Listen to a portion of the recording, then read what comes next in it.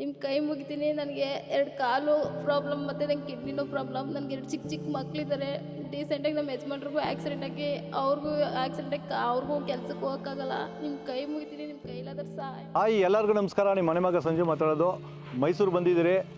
ನಂಜನಗೂಡು ಅದು ಗ್ರಾಮ ಬಂದು ಉಳ್ಳಳ್ಳಿ ಅಂತ, ಅದು ಒಂದು ಹಳ್ಳಿ. ಆ ಒಂದು ತಂಗಿ ಹಳ್ಳಿ ತುಂಬ ಕಷ್ಟದಾಗಿದ್ದಾರೆ ಅಂದ್ಬಿಟ್ಟು, ಕಾಲುಗಳಿಲ್ಲ ಅವ್ರಿಗೆ, ಪಾಪ ಅದು ಏನೋ ಕಾಯಿಲೆ ಅದು ಇದು ಅಂತ ತುಂಬ ಹತ್ಕೊಂಡು ನನಗೊಂದು ಮೆಸೇಜ್ ಮಾಡಿದ್ಲು. ಇರಮ್ಮ ಬರ್ತೀನಿ ಅಂತ ಹೇಳಿದಾಗ ನನಗೆ ಸ್ವಲ್ಪ ಲೇಟ್ ಆಗೋಯ್ತು. ಇವತ್ತು ಓದ್ತಾ ಇದ್ದೀರಿ, ಆ ತಾಯಿಗೆ ಹೆಲ್ಪ್ ಮಾಡ್ಬಿಟ್ಟು ಬರೋಣ ಅಂತ.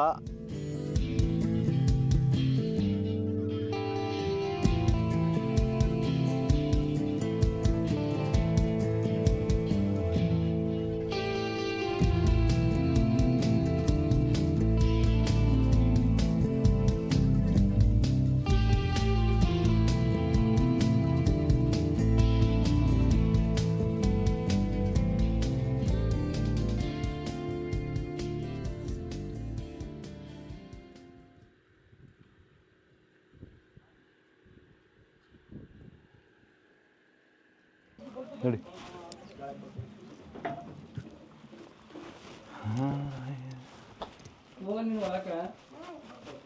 ಏನು ಚೆನ್ನಾಗಿದೆ ಮಾದ.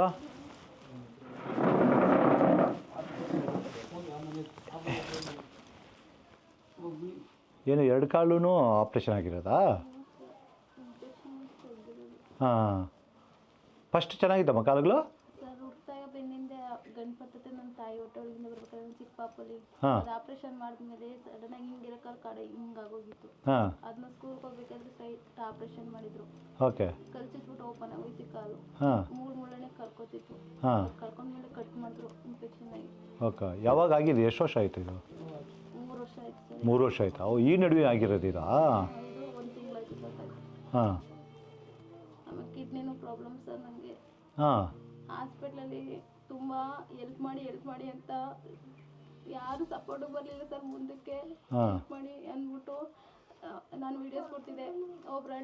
ಒಬ್ಬರು ಮೇಡಮ್ ಇವ್ರಿಗೆ ವೀಡಿಯೋಸ್ ಕಳಿಸಿದ್ರು. ಇವ ಅಣ್ಣ ಮುಂದಕ್ಕೆ ಫೋನ್ ಮಾಡಿ ನಾನು ವೀಡಿಯೋ ಮಾಡಲ ಅಂದ್ಬಿಟ್ಟು ಧೈರ್ಯ ತುಂಬಿ ಇವರೇ ಬಂದಮೇಲೆ ವಿಷಯ ತಗೊಳಕ್ಕೆ ಕೊಟ್ಟಾಗಿದ್ದು. ಯಾರು ಸಪೋರ್ಟು ಬರಲಿಲ್ಲ ನಮ್ಮ ಮುಂದಕ್ಕೆ. ಇವ್ರು ಧೈರ್ಯ ತುಂಬಿ ನಾನು ಇದೀನಿ ಇರೋವ ತಲೆ ಕೆಡ್ಸ್ಕೊಬಿಟ್ಟು ಅದಕ್ಕೆ ಇವರು ವಿಡಿಯೋ ಮಾಡಿದ್ದೆ ನೋಡಿದ್ದೆ ನಾನು. ಆಮೇಲೆ ನೋಡಿದಾಗ ನನಗೆ ನೀವೊಂದು ಮೆಸೇಜ್ ಹಾಕಿದ್ರಿ. ಆಮೇಲೆ ನನಗೆ ಇಷ್ಟು ದೂರ ಅಂತ ಗೊತ್ತಿರಲಿಲ್ಲ. ಆಮೇಲೆ ಓಕೆ ಬರ್ತೀನಿ ಅಂದ್ಕೊಂಡು ಬಂದಿದ್ದು. ಇಲ್ಲಮ್ಮ, ಎಷ್ಟೇ ದೂರ ಆದರೂ ಬರ್ತೀರಿ. ಅದು ನಮಗೆ ಸ್ವಲ್ಪ ಅಲ್ಲಿಂದ ಬರೋದಕ್ಕೆ ಎಷ್ಟು ಮೈಸೂರು ಅಂದರು. ಆಮೇಲೆ ಬೇರೆ ಊರೆಲ್ಲ ಬಂದಿದ್ದು ಸರ್. ಆಯಿತು. ಇಲ್ಲಮ್ಮ, ಅದೇನೂ ಇಲ್ಲ, ಪ್ರಾಬ್ಲಮ್ ಇಲ್ಲ. ಈ ನಡುವೆ ಮಾಡಿದ್ದ ಇದು ಆಪ್ರೇಷನ್? ಇದು 1 ತಿಂಗಳಾಗಿತ್ತಾ? ಇದ್ಯಾವುದು ಇದು? ಇಲ್ಲಿ ಅವರೆಲ್ಲಿದ್ದಾರೆ? ಈಗ ಹೊರಗಡೆ ಹೋಗಿದ್ದಾರೆ. ಅವ್ರದ್ದು ಕಾಲು ಫುಲ್ ಇದಾಗ್ಬಿಟ್ಟಿದೆ, ಸ್ಕ್ರಾಚ್ ಆಗ್ಬಿಟ್ಟಿದೆ, ಏನೂ ಇಲ್ಲ. ಬಸ್ ಚಕ್ರ ಆಗ್ಬಿಟ್ಟು ಊಟ ಮಾಡಿದೆ ಸರ್. ಓಕೆ. ಬಾ ಕೊಡ್ತೀನಿ, ನಾನು ಹಾಕೊಡ್ತೀನಿ. ಮನೆ ಇತ್ತು, ಮತ್ತೆ ಒಂದು 10 ಗುಂಟೆ ಜಾಗ ಇತ್ತು, ಎಲ್ಲ ಅವಳಿಗಾಗೇನೆ ಮಾರ್ಕೊಂಡು ಇವಾಗ ಈ ಮನೆ 3,000 ರೂಪಾಯಿ ಬಾಡಿಗೆ ಇದೆ. ಸ್ವಂತ ಮನೆ ಇಲ್ಲ. ಮತ್ತೆ ಯಾರಾದ್ರೂ ಬಂದ್ರು ಅವ್ರಿಗೆ ಜಾಗ ಇಲ್ಲ ಸ್ವಂತ ಕಟ್ಟಿಸ್ಕೊಳ್ಳೋಕ್ಕೆ. ಮತ್ತೆ ಪ್ರತಿದಿನ ಅವಳಿಗೊಂದು 800 ರೂಪಾಯಿ ಬೀಳುತ್ತೆ. ಅವಳ ಇಂಜೆಕ್ಷನ್ನು ಮತ್ತೆ ಗ್ಲೂಕೋಸ್ ಆ ಥರ ಹಾಕ್ಬೇಕು ಅಂದರೆ. ಇಲ್ಲಿಂದ ಆಟೋದಲ್ಲಿ ರೆಂಟ್ಗೆ ಹೋಗ್ಬೇಕಂದ್ರೆ ಆಟೋ ಬಾಡಿಗೆನೇ ಮಾಡಬೇಕು. ಬೈಕಲ್ಲಿ ಕೂರಕ್ಕಾಗಲ್ಲ ಅವಳಿಗೆ. ತಿಂದ ಇಲ್ಲಿನ ಹಾಸ್ಪಿಟ್ಲಿಗೆ ತಗೋತೀನಿ 400 ರೂಪಾಯಿ ಪರ್ ಡೇ ತಗೋತಾರೆ. ಎಲ್ಲಿ ಆಸ್ಪತ್ರೆ? ಇಲ್ಲಿ ಗೌರ್ಮೆಂಟ್ ಹಾಸ್ಪಿಟ್ಲ್ ಇದೆ. ಜೈಸಸ್ಗೆ ಬರ್ಕೊಟ್ಟಿದ್ರು. ಪಾಪ ಅವಳ ಹತ್ರ ಅಮೌಂಟ್ ಇಲ್ಲ ಅಂದಿದ್ದಕ್ಕೆ ಅವಳು ಇಲ್ಲೇ ಮಾಡಿಸ್ಕೋತೀನಿ ಅಂತೇಳಿ ಇಲ್ಲಿ ಬಂತು. ನನಗೆ ಗೊತ್ತಿಲ್ಲ, ಒಬ್ರು ಕಳಿಸ್ಕೊಟ್ಟಿದ್ದಕ್ಕೆ ವಿಡಿಯೋ ನೋಡಿ ನಾನು ಫೋನ್ ಮಾಡಿ ನಾನು ಮಾಡ್ತೀನಮ್ಮ ನನ್ನ ಕೈಲ ಸಹಾಯನ. ಯಾರಾದರೂ ಮುಂದೆ ಬರ್ತಾರೆ. ನಿಂದು ಯಾವ ಊರು? ನಂದು ಇಲ್ಲೇ ಪಿರಿಯಾಪಟ್ಟಣ. ನಾನು ಅಲ್ಲಿ ಹೋಟೆಲಲ್ಲಿ ವರ್ಕ್ ಮಾಡೋದು. ನೀನು ಅಲ್ಲಿ ಬೆಂಗಳೂರಿಗೆ ಇರ್ತೀಯಲ್ಲ?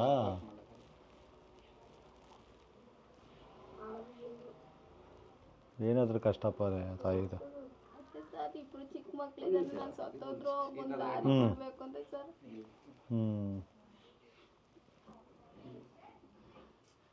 ಇಬ್ಬರಿಗೂ ಗಂಡು ಮಕ್ಕಳಾ?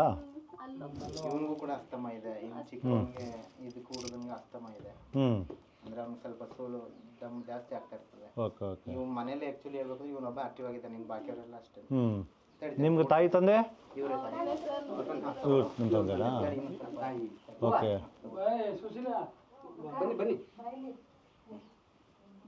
ನಾವೇ ನೋಡ್ಕೊಂಡಿಲ್ಲ. ನೀವು ಮದುವೆಯಾಗಿ 1 ತಿಂಗಳು ಮಾತ್ರ ಗಂಡ ಮನೇಲಿ ಇದ್ದಿದ್ದು. ಹ್ಞೂ ಅಲ್ಲಿ ಏನಂದ್ರೆ ಏನಿಲ್ಲ, ಒಂದು ಮನೆ ಐತೆ, ಹ್ಞೂ ಒಂದು ರೂಮ್ ಇಷ್ಟು ಅಗಲ ಕೊಟ್ಟವ್ರೆ. ಹ್ಞೂ ಮಕ್ಕಳು ಸಾಕೊಂಡು ಮುಟ್ಕೊಂಡು ಹೋಗೋಕ್ಕಾಗಲ್ಲ. ಹ್ಞೂ ಇವಳು ಫಸ್ಟ್ ಇಂಟ್ರೆಸ್ಟ್ ಅದನ್ನು ಇಷ್ಟನ್ನ ಅಡಾಪ್ಟೇರ್ ಮಾಡಿದ್ದಾರೆ ಯಾವ ಊರು? ಮೆಲ್ಲಳ್ಳಿಲಿ ಹ್ಞೂ ಮಾಡಿ. ಅಲ್ಲಿ ಏನು ಜಾಗನೂ ಇಲ್ಲ, ಏನಿಲ್ಲ. ಹ್ಞೂ ಅದಕ್ಕೆ ಏನು ಇವಳು ಸಮಸ್ಯೆ ಹಿಂಗೆ ಆಯ್ತಲ್ಲ, ನಾವು ಮಗಿನಿಂದ ನನ್ನ ಹತ್ರನೇ. ಆ್ಯಕ್ಚುಲಿ ಇವಳು ಹ್ಯಾಂಡಿಕ್ಯಾಪ್ ಆಗಿರೋದ್ರಿಂದ ಅಪ್ರಿಷಿಯೇಟ್ ಮಾಡ್ಬೇಕು ಇವ್ರ ಹಸ್ಬೆಂಡ್ ಬಗ್ಗೆ. ಹ್ಯಾಂಡಿಕ್ಯಾಪ್ ಆಗಿರೋ ಅವ್ರು ಮದುವೆ ಆಗಿದ್ರು, ಮದುವೆಗೆ 2 ಮಕ್ಕಳು ಆಗಿತ್ತು. ಹ್ಞೂ ಸೊ ಇಲ್ಲೊಂದು ರೂಲ್ಸ್ ಪ್ರಕಾರ ಅವಳು ಹ್ಯಾಂಡಿಕ್ಯಾಪ್ ಇದ್ದಾಳೆ ಅಂತೇಳಿ ಇವರ ಅತ್ತೆ ಅವರು ಕೂಡ ಸ್ವಲ್ಪ ಅವರಿಂದನೇ ಇವ್ರಿಗೆ ಅತ್ತೆ ಸೊಸೆ ಕಿರಿಕಾಗಿದೆ. ಹ್ಞೂ ಮದುವೆ ಒಂದು 3 ತಿಂಗಳಿಗೆ ಈ ಹುಡುಗಿ ಇಲ್ಲಿ ಬಂದ್ಬಿಟ್ಟಿದೆ. ಓಕೆ. ಅವ್ರ ಅಳಿಯಮಯ್ಯ ಅಂದರೆ ಇವ್ರ ಅಳಿಮಯ್ಯ ಮಗಳು ಎಲ್ಲ ಇವ್ರ ಜೊತೆನೇ ಇರೋದು ಅವಾಗ. ಹ್ಞೂ ಅವ್ರಿಗೂ ಆಕ್ಸಿಡೆಂಟ್ ಆಗಿ 1 ವರ್ಷ ಆಯಿತು. ಹ್ಞೂ ಆಕ್ಸಿಡೆಂಟ್ ಮಾಡ್ಬಿಟ್ಟಿದ್ದಾರೆ, ಎಲ್ಲೂ ಆಗಲ್ಲ ವರ್ಕ್ ಮಾಡಲಿಕ್ಕೆ. ಹೋಗಿ ಏನು ಕೆಲಸ ಮಾಡೋಕ್ಕಾಗಲ್ಲ, ನೀವೇ ಮಾಡಬೇಕು, ನೀವು ದುಡಿಬೇಕು ಇವಾಗ. ಒಬ್ಬರೇ ದುಡಿಬೇಕು, ಇವ್ರು ನೋಡ್ಕೊಬೇಕು. ಹ್ಞೂ ಈ ಕೆಲಸಕ್ಕೆ ಹೋಗಿ ತಿರ್ಗಾ ವಾಪಸ್ ಬಂದವ್ರೆ ಸರ್. ಹ್ಞೂ ಬರ್ತಾವ್ರೆ ಅಂತ ವಾಪಸ್ ಬಂದು ಓಕೆ. ನೀವು ಕೆಲ್ಸಕೋತೀರಾ ಇಲ್ಲಿ? ಏನು ಕೆಲಸ ಮಾಡ್ತೀರಣ್ಣ? ಮಾತು ಆಡ್ತಲ್ಲಿ ಮಾಮೂಲಿ ಅಗ್ರಿಕಲ್ಚರ್ ಮಾಡ್ತೀರಿ? ಓಕೆ. ಅಲ್ಲ ಇನ್ನು ಈ ತಾಯಿ ಏನು ಮಾಡೋಕ್ಕಾಗಲ್ಲ ಇನ್ನು. ಆಗಲ್ಲ. ಇನ್ನು ಲೈಫ್ ಟೈಮು ಪಾಪ ನೀವೇ ನೋಡ್ಕೋಬೇಕು ಅವ್ರನ್ನ. ಏನು ನೋಡೋಣ, ನಾನು ಅವ್ರದ್ದು ಸ್ಕ್ಯಾನರ್ ತೊಗೊಂಡು ಸ್ಕ್ಯಾನರ್ ಹಾಕ್ತಿರ್ತೀನಿ. ಯಾವಾಗ ನನ್ನ ಲೈಫ್ ಟೈಮು ಯಾರನ್ನು ನೋಡೋವಾಗ ಈ ತಾಯಿಗೆ ಹೆಲ್ಪ್ ಮಾಡ್ತಾರೆ. ಯಾಕಂದರೆ ನಾವು ಸ್ಕ್ಯಾನರ್ ಹಾಕಿದಾಗ ಅದು ಯಾವಾಗೂ ಇರ್ತದೆ, ಎನಿ ಟೈಮ್ ಇರ್ತದೆ ಅದು. ಯಾವಾಗ ಯಾರನ್ನು ನೋಡಿಬಿಟ್ಟು ಇವ್ರ ಕಷ್ಟ ನೋಡಿ ಯಾವಾಗ ಹಾಕ್ತಾಯಿರ್ತಾರೆ 1000, 100, 500 ಹಂಗೆ ಯಾರೋ ಅವರು ನೋಡಿಬಾರ್ದು ಹಾಕ್ಬೋದು ಅಂತ. ಅದಕ್ಕೆ ನಾನು ಅಷ್ಟು ದೂರದಿಂದ ಬಂದಿದ್ದೀನಿ, ಏನೋ ನಾನು ಹೆಲ್ಪ್ ಮಾಡ್ತೀನಿ, ನೋಡೋಣ ಅಂತ. ಎಲ್ಲ ಕಡೆಯಿಂದ ನನ್ನ ಫೋನ್ ಉಪಯೋಗ ಆಗ್ತಾರಲ್ಲ, ಸ್ಕ್ಯಾನರ್ ರೆಡಿ ಇದ್ದಿದ್ದೀರಾ? ಹಾಂ ನಾನು ಅಮೌಂಟ್ ಕಲೆಕ್ಟ್ ಮಾಡಿ ಕೊಡ್ತಾನೆ. ಹಾಂ ಓಕೆ ಓಕೆ. 100ರಿಂದ 1000 ಗಂಟು ಕೊಡೋರು ಇದ್ರು, ಎಲ್ಲ ಕಲೆಕ್ಟ್ ಮಾಡ್ಕೊಂಡು ಬಂದಿನಿ. ಈಗ ಹಾಂ ಓಕೆ. ಹಂಗೆ ಮಾಡ್ತಾನೆ. ಸ್ಕ್ಯಾನರ್ ರೆಡಿ ಇದ್ದಿಲ್ಲ ಸರ್ ಅವರು. ಇವಾಗ ಸ್ಕ್ಯಾನರ್ ಏನಿದೆ ಹೆಸರು? ಈಗ ಮಾಡಿ ಪೂಜಾ ಅಂತ ಇದೆ ಒಂದು, ಇನ್ನೊಂದು ಇವ್ರ ತಂದೆ ಹೆಸರು ಕುಮಾರ ಅಂತ ಒಂದು. ತುಂಬಾ ಕಷ್ಟ. ನಿನಗೆ ಆ ಗಾಡಿ ತಗೊಂಡ್ರೆ ಆಗ್ಬೋದಾ? ಓಡ್ಸೋಕ್ಕಾಗ್ತೈತಾ? ಅದು ಹೋಗಿ ಬರೋಕ್ಕಲ್ಲನು? ಇದು ಪಂಚಾಯತಿಯಿಂದ ಕೊಟ್ಟಿದ್ದಾರೆ, ಬಟ್ ಅದು ಓಡ್ಸಕ್ ಆಗಲ್ಲ. ಫಸ್ಟ್ ಒಂದ್ ಕಾಲ್ ಇತ್ತಲ್ಲ, ಅವಾಗ ಲೆಗ್ ಇದು ಪ್ಲಾಸ್ಟಿಕ್ ಲೆಗ್ ಹಾಕಿ ಓಡಿಸ್ತಾ ಇದ್ಲು. ಈಗ ಆಗಲ್ಲ. ಅಂದ್ರೆ ಕೂತ್ಕೊಂಡ ತಕ್ಷಣ ಅವಳಿಗೆ ತಲೆ ಎಲ್ಲ ಇದು ಬಂದ್ಬಿಡುತ್ತೆ, ತಲೆ ತಿರುದಂಗೆ ಆಗ್ಬಿಡುತ್ತೆ. ಅವಳು ಬೈಕಲ್ಲಿ ಕೂತ್ಕೊಳಕ್ ಆಗಲ್ಲ. ಮತ್ತೆ ಇವಾಗಲೂ ಅಷ್ಟೇ, ಊಟ ಏನಾದ್ರೂ ಜಾಸ್ತಿ ಸೇರ್ತು ಅಂದ್ರೆ, ಸ್ವಲ್ಪ ಊಟ ಮಾಡ್ತಂದ್ರೆ ಅದು ಜಾಸ್ತಿ ವಾಮಿಟ್ ಆಗ್ತಾನೆ ಇರುತ್ತೆ. 6 ದಿನ ಚೆನ್ನಾಗಿರ್ತಾಳೆ ಸರ್. 6 ದಿನ ಪ್ರಾಬ್ಲಮ್ ಆಗಿಲ್ಲ. ನಿನಗೂ ಏನೇನಮ್ಮ ಪ್ರಾಬ್ಲಮ್, ಎಲ್ಲ ಪ್ರಾಬ್ಲಮ್ ಆಗ್ಬಿಟ್ರೆ ಮನುಷ್ಯನ ಜೀವನ ಹೆಂಗೆ ಮಾಡೋದೇಳು? ಹಾಂ ಪಾಪ ಕಾಲುಗಳಿಲ್ಲ ಅಂತೀಯ, ಕಿಡ್ನಿ ಪ್ರಾಬ್ಲಮ್ ಅಂತೀಯ, ಏನು ಎಲ್ಲ ಏನಾಗೋಗಿದ್ರೆ ಮನುಷ್ಯನ ಜೀವನ. ಜೆಸ್ಸಲ್ಲಿ ಹೋಗಿದ್ದೆ ಸರ್, ಅಡ್ಮಿಟ್ ಆಗಬೇಕು ಅಂತ ಅಂತೆ ಸರ್. ಕಿಡ್ನಿ ಅಂದರೆ ರಿವರ್ಸ್ ಕ್ಯೂ ತುಂಬ್ಕೊಳುತ್ತೆ, ನೀರು ತುಂಬ್ಕೊಳುತ್ತೆ. ನನಗೆ ದಿನ ಇಂಜೆಕ್ಷನ್ ತಗೋಬೇಕು ಸರ್. ತಿಂಗಳಿಗೆ 30,000 ರೂಪಾಯಿ ಅವ್ರಿಗೆ ಆಸ್ಪತ್ರೆಗೆ ಬೇಕು ಸರ್. ಕೈ ನೋಡಿ ದಯವಿಟ್ಟು ನಾವು ಸ್ಕ್ಯಾನರ್ ಹಾಕ್ತೀರಿ, ಅವ್ರಿಗೆ ಒಂದು ದಿನಕ್ಕೆ 800 ರೂಪಾಯಿಂದ 1000 ರೂಪಾಯಿ ಬೇಕು. ಯಾರ ಕೈಯಾಗಲ್ಲ ಅಷ್ಟು ಹೆಲ್ಪ್ ಮಾಡಿ, ಅದು ನಾನು ಕೇಳ್ಕೊಳ್ತೀನಿ. ನೋಡಿ ತುಂಬಾ ನೋಡೋಕ್ಕೆ ಆಗಲ್ಲ ನಮಗೆ ಬೇಜಾರಾಗುತ್ತೆ. ಇಷ್ಟು ದೂರಿಂದ ಬಂದಿದ್ದೀರ ಅಂದರೆ ನೋಡಿದೆ ನಾನು ವಿಡಿಯೋ ತುಂಬಾ ಬೇಜಾರಾಗೋಯ್ತು. ಅದಕ್ಕೆ ಇಷ್ಟು ದೂರ ಬಂದಿದ್ದೀರಿ, ಹೆಲ್ಪ್ ಮಾಡಿ ಅಂತ ನಾನು ಕೇಳ್ಕೊಳ್ತಾ ಇದ್ದೀನಿ ದಯವಿಟ್ಟು. ಅದೇ ಸರ್, ಸಂಜೀವಣ್ಣ ಧೈರ್ಯ ಇಲ್ಲಿ ಗಂಟ ನನಗೋಸ್ಕರ ಬಂದಿದ್ದಾರೆ. ನಿಜ ಅವ್ರನ್ನ ಯಾರೂ ಸಪೋರ್ಟ್ಗೆ ಬರಲ್ಲ, ಆದರೆ ಅಲ್ಲಿಂದ ನನಗೋಸ್ಕರ ಬೆಂಗಳೂರಿಂದ ಬಂದಿದ್ದಾರೆ ನನಗೂ ನೋಡೋಕ್ಕೋಸ್ಕರ. ನಿಮ್ಮ ಕೈ ಮುಗಿತೀನಿ. ನನಗೆ 2 ಕಾಲು ಪ್ರಾಬ್ಲಮ್ ಮತ್ತು ನಂಗೆ ಕಿಡ್ನಿನೂ ಪ್ರಾಬ್ಲಮ್. ನನಗೆ 2 ಚಿಕ್ಕ ಮಕ್ಕಳಿದ್ದಾರೆ. ರೀಸೆಂಟಾಗಿ ನಮ್ಮ ಯಜಮಾನ್ರಿಗೂ ಆಕ್ಸಿಡೆಂಟ್ ಆಗಿ ಅವ್ರಿಗೂ ಕೆಲ್ಸಕ್ಕೆ ಹೋಗೋಕ್ಕಾಗಲ್ಲ. ನಿಮ್ಮ ಕೈ ಮುಗಿತೀನಿ, ನಿಮ್ಮ ಕೈಲಾದ್ರೆ ಸಹಾಯ ಮಾಡಿ. ನಂಗೆ ಇರೋಕ್ಕೆ ಮನೆಯೂ ಇಲ್ಲ, ಒಂದು ಮನೆ ಅನ್ನೋದೊಂದು ಆಗಬೇಕು. ನಾನು ಸತ್ರು ನನ್ನ ಮಕ್ಕಳಿಗೆ ಒಂದು ನೆಲೆ ಅನ್ನೋದೊಂದು ಧೈರ್ಯ ಇರುತ್ತೆ. ಪ್ಲೀಸ್ ನಿಮ್ಮ ಕೈಲಾದಷ್ಟು ಸಹಾಯ ಮಾಡಿ. ಚಿಕ್ಕದಾಗಿ ಒಂದು ಮನೆ ಇತ್ತು, ನಾನು ಆಪ್ರೇಷನಲ್ಲಿ ನಮ್ಮ ಅಪ್ಪ ಅಮ್ಮ ಮನೆಯೂ ಮಾರಿದ್ರು. 13 ಆಪ್ರೇಷನ್ ಆಗಿರೋದು. ನನಗೆ ಟ್ರೀಟ್ಮೆಂಟ್ ದಿನಕ್ಕೆ 1,500 ರೂಪಾಯಿ, 1,300 ರೂಪಾಯಿ ಮೆಡಿಷನು ಮತ್ತು ಆಟೋ ಚಾರ್ಜ್ ಆಗುತ್ತೆ ಮುಂದಕ್ಕೆ. ಮತ್ತು ಇವಾಗ ಮನೆಯೂ ಇಲ್ಲ, ತುಂಬ ಕಷ್ಟ ಇದೆ. ನಿಮ್ಮ ಕೈಲಾದಷ್ಟು ಸಹಾಯ ಮಾಡಿ. ಇವಾಗ ಒಂದು ಚಿಕ್ಕದಾಗೊಂದು ಮನೆನಾದರೂ ಏನಾದರೂ ನಿಮ್ಮ ಕೈಲಾದಷ್ಟು ಸಹಾಯ ಮಾಡಿ. ನನ್ನೊಂದು ವಿಡಿಯೋ ನೋಡಿ ಇಲ್ಲಿವರೆಗೂ ಬಂದಂಥ ಸಂಜೀವಣ್ಣಗೆ ಎಷ್ಟು ಧನ್ಯವಾದ ಹೇಳಿದ್ರು ಕೂಡ ಸಾಕಾಗಲ್ಲ. ತುಂಬ ವೀಡಿಯೋಗಳನ್ನ ನೋಡ್ತಾ ಇದ್ದೆ, ಬಟ್ ಈ ಒಂದು ವೀಡಿಯೋದಿಂದ ಸಂಜೀವಣ್ಣನ ಹತ್ತಿರದಿಂದ ನೋಡೋವಂಥ ಭಾಗ್ಯ ನಮಗೆ ಸಿಕ್ಕಿದೆ. ದಯಮಾಡಿ ಪ್ರತಿಯೊಬ್ಬರು ನಾನು ಕೇಳ್ಕೊಳ್ಳೋದು ಇಷ್ಟೇ, ಆ ಒಂದು ಹೆಣ್ಮಗುಗೆ ಯಾರೂ ಕೂಡ ಕೈ ಬಿಡಬೇಡಿ. ದಿನಕ್ಕೆ ಏನಿಲ್ಲ ಅಂದರೂ 1000 ರೂಪಾಯಿ ಗಂಟೆ ಮೆಡಿಷನ್ ಇದೆ. ಅದು ಗೌರ್ಮೆಂಟ್ ಹಾಸ್ಪಿಟ್ಲಿಗೆ ಹೋದ ತಕ್ಷಣ ಆ ಹೆಣ್ಮಗಳಿಗೆ ಒಂದು ಗ್ಲೂಕೋಸ್ ಹಾಕಬೇಕಂದ್ರೆ ಬೆಳಿಗ್ಗೆ ಸಂಜೆ 2 ಟೈಪ್ ಕೂಡ ಹಾಕಿಸ್ಬೇಕು. ಸುಮಾರು ಒಂದು ತಿಂಗಳಿಗೆ 30,000 ರಿಂದ 40,000 ಗಂಟೆ ಖರ್ಚಾಗ್ತಾ ಇದೆ. ಇದ್ದಿದ್ದಂಥ ಮನೆ, ಒಂದು 10 ಗುಂಟೆ ಜಮೀನು ಎಲ್ಲನೂ ಕೂಡ ಕಳ್ಕೊಂಡಿದ್ದಾರೆ. ಇವತ್ತು 2 ಮಕ್ಕಳುಗಳು ತಬ್ಲಿ ಆಗಬಾರ್ದು, ನನ್ನ ಮಕ್ಕಳಿಗೆ ಒಂದು ನೆಲೆಯನ್ನು ಕಲ್ಪಿಸ್ಕೊಡ್ಬೇಕು ಅನ್ನೋ ಒಂದು ಆ ಹೆಣ್ಮಗಳ ಹಠ ನೋಡ್ತಾ ಇದ್ದಾರೆ. ಎಂಥವ್ರಿಗೂ ಕೂಡ ನಿಜವಾಗ್ಲೂ ಕೂಡ ಕಣ್ಣಲ್ಲಿ ನೀರು ಬರುತ್ತೆ. ದಯಮಾಡಿ ಎಲ್ಲರ ಹತ್ರ ನಾನು ಕೇಳ್ಕೊಳ್ಳೋದು ಇಷ್ಟನೇ, ಆ ಹೆಣ್ಮಗಳನ್ನ ಕೈ ಬಿಡಬೇಡಿ. ಅವಳಿಗೆ ಇರಲಿಕ್ಕೆ ಒಂದು ಸೂರಿನ ವ್ಯವಸ್ಥೆ ಮಾಡಿಕೊಡಿ. ಆ ಮಕ್ಕಳುಗಳು ಆ ಅಮ್ಮನ ಜೊತೆ ಇರಲಿ ಅನ್ನೋದೇ ಕೂಡ ನಮ್ಮ ಒಂದು ಆಸೆ. ಎಲ್ರಿಗೂ ಒಳ್ಳೆಯದಾಗಲಿ.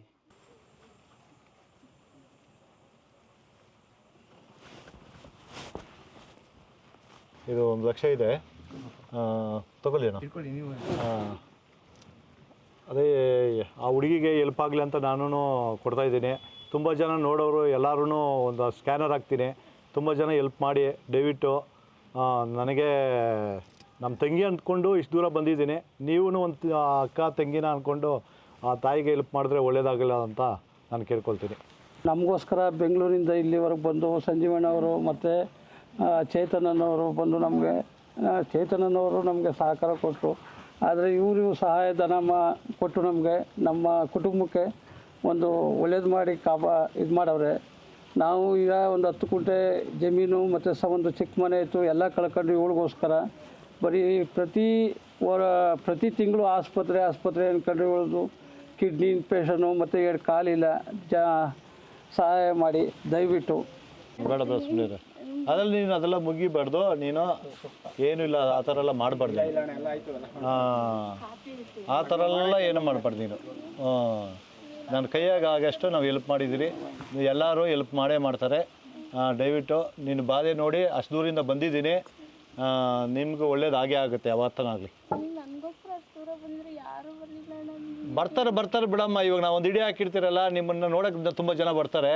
ತುಂಬ ಜನ ನಿಮ್ಗೆ ಹೆಲ್ಪ್ ಮಾಡೇ ಮಾಡ್ತಾರೆ. ನನ್ನಿಂದ ನಿನಗೆ ಒಳ್ಳೇದಾಗಲಿ ಅಂತ ನಾನು ಇಷ್ಟು ದೂರ ಬಂದಿದ್ದೀನಿ. ಈಗ ಇನ್ನು ಚಿಕ್ಕ ಮಕ್ಕಳನ್ನ ಧೈರ್ಯ ಕೊಡಬೇಕಮ್ಮ. ನೀನು ಆ ಧೈರ್ಯ ಕಳ್ಕೊಂಡ್ರೆ ಇವರು ಪಾಪ ಕಷ್ಟ ಆಗುತ್ತೆ. ಚಿಕ್ಕ ಬಾಡಿಗೆ ಮನೆಗಿರೋದು, ಅದೂ 3,000 ರೂಪಾಯಿ ಬಾಡಿಗೆ ಮನೆ ಅಂತೆ. ಒಂದು ಮನೆಗಿನೇ ಅವ್ರು ಕೊಡಿಸಿದ್ರೆ ಯಾರನ್ನ ಒಂದು ಗೌರ್ಮೆಂಟಿಂದನೂ ಬಂದರೆ ಫಂಡು, ಏನು ಗೌರ್ಮೆಂಟಿಂದ ಫಂಡು ಏನೋ ಅವಶ್ಯಕತೆ ಇರೋಲ್ಲ. ಎಲ್ಲರೂ ಜನ 10 ರೂಪಾಯಿ 100 ರೂಪಾಯಿ ಹಾಕಿದ್ರೂ ಅದೆಷ್ಟೋ ಬಂದುಬಿಡ್ತದೆ ತಾಯಿಗೆ. ಆ ತಾಯಿಗೆ ಒಳ್ಳೇದಾಗಲಿ ಅಂತ ನಾನು ಕೇಳ್ಕೊಳ್ತೀನಿ. ಎಲ್ಲರೂ ಹೆಲ್ಪ್ ಮಾಡಿ ಅಂತ ನಾನು ಇಷ್ಟೇ ಕೇಳ್ಕೊಳ್ಳೋದು.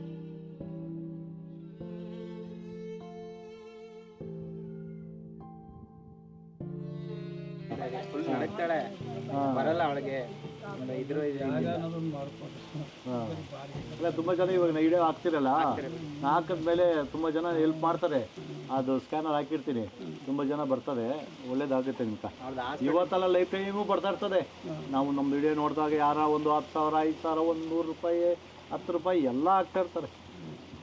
ನೀವು ಆ ಬ್ಯಾಂಕ್ದನ್ನು ರೆಡಿ ಮಾಡ್ಕೊಳ್ಳಿ, ಯಾಕಂದರೆ ಅದು ಇಂಪಾರ್ಟೆಂಟ್. ನೀವು ವರ್ಕಲ್ಲಿ ಬ್ಯುಸಿ ಇರ್ತೀವಿ. ಆ ಟೈಮಲ್ಲಿ ಸರ್ಗೆ ಏನಾದರೂ ಫ್ರೀ ಟೈಮ್ ಇದ್ದಾಗ ಅವರು ಇನ್ಸ್ಟಾಗ್ರಾಮು ಯೂಟ್ಯೂಬ್ನಲ್ಲಿ ವೀಡಿಯೋಸ್ ನೋಡ್ತಿರ್ತಾರೆ. ಎಲ್ಲರಿಗೂ ಟೈಮ್ ಪಾಸ್ ಮಾಡೋಕ್ಕೆ ನೋಡಿದ್ರೆ ಅವರು ಯಾರಿಗೆ ಹೆಲ್ಪ್ ಮಾಡ್ಬೋದು, ಯಾರಿಗಾನ ತೊಂದರೆ ಇದೆಯಾ ಅಂತ ಅವ್ರಿಗೇನಾದರೂ ಮನಸ್ಸಿಗೆ ಅನಿಸಿದ್ರೆ ನಾನು ಸಹಾಯ ಮಾಡಬೇಕು ಅಂದರೆ ಇಡೀ ಕರ್ನಾಟಕದಲ್ಲಿ ಎಲ್ಲೇ ಇದ್ದರೂ ಅವ್ರೊಂದು ಟೈಮ್ ಫಿಕ್ಸ್ ಮಾಡಿಕೊಂಡು ಲಾಸ್ಟ್ ವೀಕೆ ಆ್ಯಕ್ಚುಲಿ ಬರಬೇಕಿತ್ತು. ಪಾಪ ಅವ್ರಿಗೊಂದು ಸ್ವಲ್ಪ ಬ್ಯುಸಿ ಆಗಿಬಿಟ್ರು. ಹೌದೌದು, ಅವರೇ ನನ್ನ ನಿಜ ಫುಲ್ ಈಗ ಕೈ ಶೇಕಿಂಗ್ ಐತೈತೆ.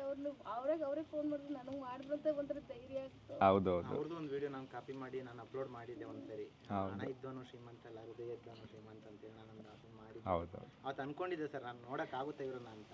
ಇಲ್ಲ, ನಾನು ಅದು ತುಂಬ ಸಲ ನೋಡಿದ್ದೀನಿ. ಇನ್ಸ್ಟಾಗ್ರಾಮಲ್ಲಿ ಇರ್ಬೋದು, ಯೂಟ್ಯೂಬಲ್ಲಿ ನಿಮ್ಮ ಥರ ಎಷ್ಟೋ ಜನ ಇರ್ತಾರಲ್ವ, ಅವರೆಲ್ಲ ವೀಡಿಯೋ ಹಾಕಿರೋದನ್ನ ಸರ್ರು ನೋಡಿ ಅದನ್ನು ಚೆಕ್ ಮಾಡ್ತಾರೆ, ಇದು ಕರೆಕ್ಟಾ ಇಲ್ವಾ ಅಂತ. ಯಾಕಂದರೆ ಈಗಿನ ಕಾಲದಲ್ಲಿ ಏನಾಗ್ಬಿಡುತ್ತೆ ಗೊತ್ತಾ, ಸುಮ್ಮನೆ ಸ್ಕ್ಯಾನರ್ ಹಾಕ್ಬಿಟ್ಟು ದುಡ್ಡು ಬೇರೆಯವ್ರಿಗೆ ಹೋಗ್ಬಿಡುತ್ತೆ ಪಾಪ. ಅದರಿಂದ ಅವ್ರಿಗೇನಂದರೆ ಮುಂಚೆಯಿಂದನೂ ಆ ಜಾಗಕ್ಕೆ ಹೋಗಬೇಕು, ಅವ್ರದ್ದು ಪರಿಸ್ಥಿತಿ ನೋಡಿ, ಹೌದು ಇದು ಸತ್ಯ ಅಂದಿದ ತಕ್ಷಣ ಇಮಿಡಿಯೇಟಾಗೇ ಅವ್ರಿಗೇನಿದೆ ಹಣ ಸಹಾಯ ಅದಲ್ಲದೇ ಪಾಪ ಬೇರೆದು ಮಾಡ್ತಾರೆ. ಅದು ಹೇಳ್ಕೊಳಕ್ಕೆ ಹೋಗಲ್ಲ ಅವರು. ಏನಪ್ಪ ನಿಮ್ಗೆ ಮಾಡ್ತೀರಾ ಇಲ್ಲ ಹಿಂಗೆ ಅಕ್ಕ ಅವ್ರಿಗೆ ಹೆಂಗೆ ಹೆಲ್ಪ್ ಮಾಡಿದೀರ ಅಂತ ಹಂಗೆ ಮಾಡೋಕ್ಕಾಗತ್ತಾ? ಹಾಂ, ಹೆಂಗೆ ಮಾಡ್ತೀರಿ? ಯಾವ ಥರ ಮಾಡ್ತೀರಿ? ದುಡ್ಡು ಕೊಟ್ಟು ನಮ್ಮ ಕೈಲಾದಷ್ಟು ಸಹಾಯ ಮಾಡ್ತೀವಿ. ಗ್ರೇಟು ನೀವು ನಿಜವಾಗ್ಲೂ ಹೇಳ್ಬೇಕಂದ್ರೆ.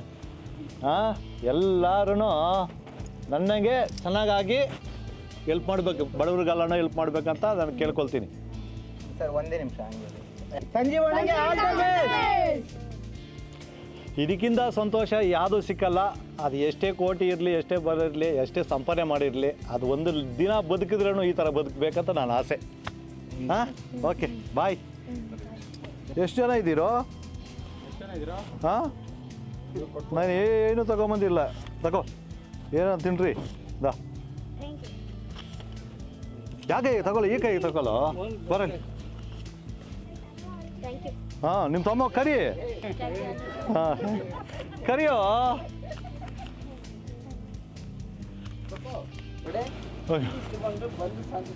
ಇಲ್ಲಿ ಬಂದು ವರರಾಜ ಬಡಾವಣೆಗೆ ಇಷ್ಟು ಸಂತೋಷ, ಇಷ್ಟು ಕೊಟ್ಟು ಇಷ್ಟು ಮಾಡಿದ್ರೆ ಹಾಂ, ಥ್ಯಾಂಕ್ಸ್. ಓಕೆ ಮಾ.